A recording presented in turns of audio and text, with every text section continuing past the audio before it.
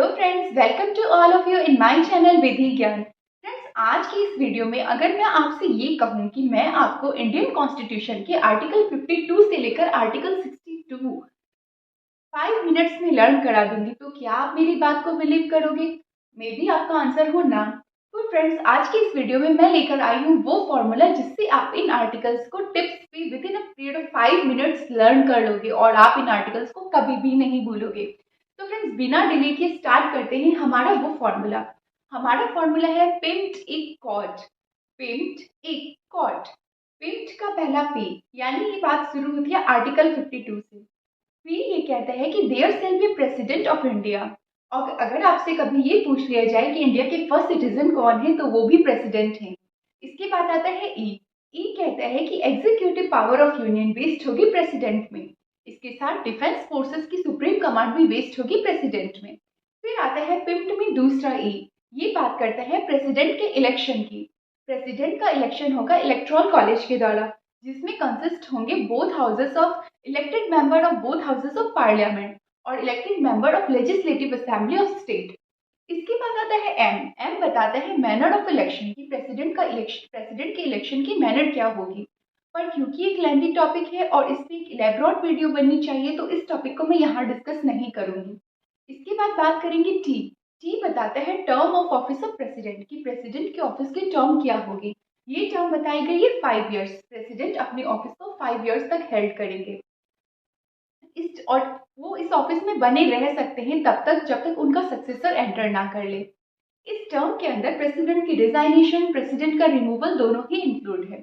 जब प्रेसिडेंट को रिजाइन करना होगा तो वो ये रेजिग्नेशन देंगे वाइस प्रेसिडेंट को, और वाइस प्रेसिडेंट को जैसे ही ये रेजिग्नेशन मिलेगी वो कम्युनिकेट करेंगे लोकसभा के स्पीकर को। क्या प्रेसिडेंट को रिमूव किया जा सकता है? जी हाँ, इसमें इसका आंसर दिया गया है कि प्रेसिडेंट को रिमूव किया जा सकता है फॉर वायलेशन ऑफ कॉन्स्टिट्यूशन।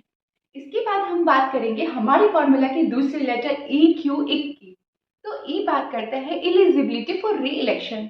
क्या ये टर्म खत्म होने के बाद प्रेसिडेंट इंटाइटल होंगे कि वो री इलेक्शन के लिए एलिजिबल होंगे?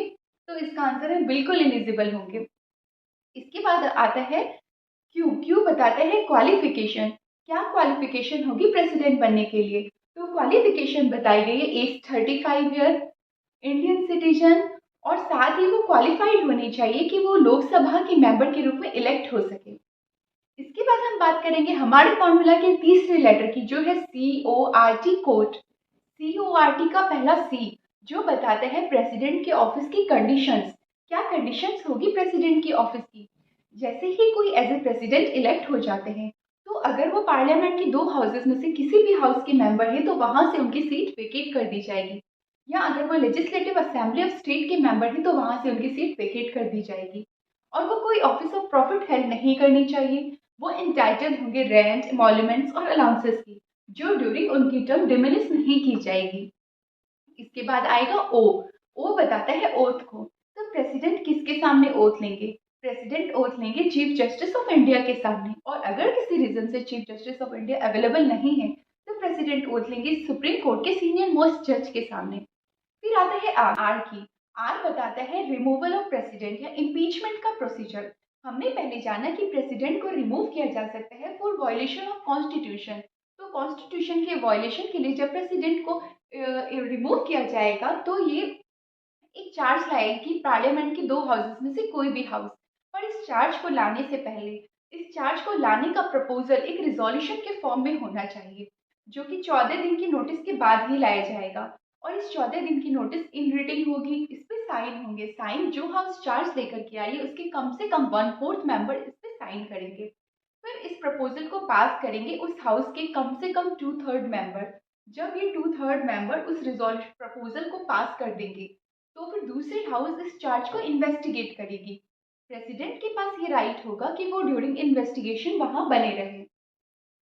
और अगर इस इन्वेस्टिगेशन में ऐसा लगता है कि ये चार्ज जो प्रेसिडेंट के अगेंस्ट लगाए गए हैं वो सस्टेनेबल है, तो इस रिजोल्यूशन का इफेक्ट होगा रिमूवल ऑफ प्रेसिडेंट। इसके बाद आएगा टी। ये टी बात करता है time for filling of the vacancy of office of president. यानी प्रेसिडेंट की ऑफिस वैकेंट है, वो वैकेंसी कब लाई जाएगी? ये वैकेंसी प्रेसिडेंट के ऑफिस की टर्म के एक्सपायर होने के पहले ला सकते हैं। तो फ्रेंड्स, कैसा लगा आपको ये वीडियो? अगर आपको ये फॉर्मूला समझ में आया है तो मैं आपसे रिक्वेस्ट करूंगी कि कम से कम आप 3 बार इसे कॉपी में लिखकर प्रैक्टिस करो। अगर आप ऐसा कर लेते हो तो मेरा पूरा भरोसा है कि आपसे एग्जाम में अगर इन आर्टिकल से लेकर कुछ भी क्वेश्चन पूछा गया ना, तो आप इसे कंफ्यूज होकर बिल्कुल भी गलत नहीं करोगे।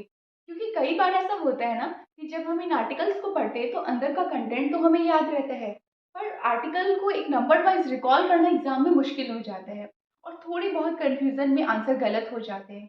क्योंकि ऐसे एग्जाम्स में एक एक नंबर इम्पॉर्टेंट होता है, तो मुझे ऐसा लगा कि ये फॉर्मूला आपके लिए परफेक्ट होगा। तो प्लीज़ इस फॉर्मूले को प्रैक्टिस करें और अगर ये वीडियो अच्छी लगे तो इस चैनल को लाइक करें, सब्सक्राइब करें और ज़्यादा से ज़्यादा शेयर करें।